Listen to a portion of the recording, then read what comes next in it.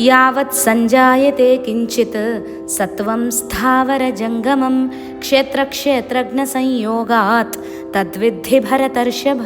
జీవరాశులు 4 విధాలుగా పుడుతున్నాయి. ఉదరంలో శిశు రూపంలో, గుడ్డు నుండి, విత్తనం నుండి, స్వేదం నుండి పుడుతున్నాయి. వీటన్నింటిలోనూ ఈ ప్రకృతి పురుషుడు ఉన్నారు. ఆ సత్యాన్నే ఈ శ్లోకంలో వివరించారు వ్యాసుల వారు. కానీ ఈ సత్యం ఎవరూ గుర్తించడం లేదు. జడమైన ఈ శరీరాన్నే నేను అనే అహంకారంతో ఉన్నారు. నాకంతా తెలుసు, నాకంటే మించినవాడు లేడు, ఈ ఇల్లు నాది, ఈ స్థలం నాది, ఈ భూమి నాది, వీళ్ళంతా నా వాళ్ళు అంటూ శరీరాన్నే పురుషుడుగా భావిస్తున్నారు.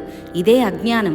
ఈ ప్రపంచంలో మనకు కనపడని, కదిలేవి, కదలనివి అన్ని జీవరాశులు, పదార్థాలు కూడా ప్రకృతి పురుషుల సంయోగం వల్లనే ఏర్పడ్డాయి. ప్రకృతి జడమైతే పురుషుడు చైతన్యం. దీనినే అర్ధనారీశ్వర తత్వం అని అంటారు. శివుడు పురుషుడు, పార్వతి ప్రకృతి.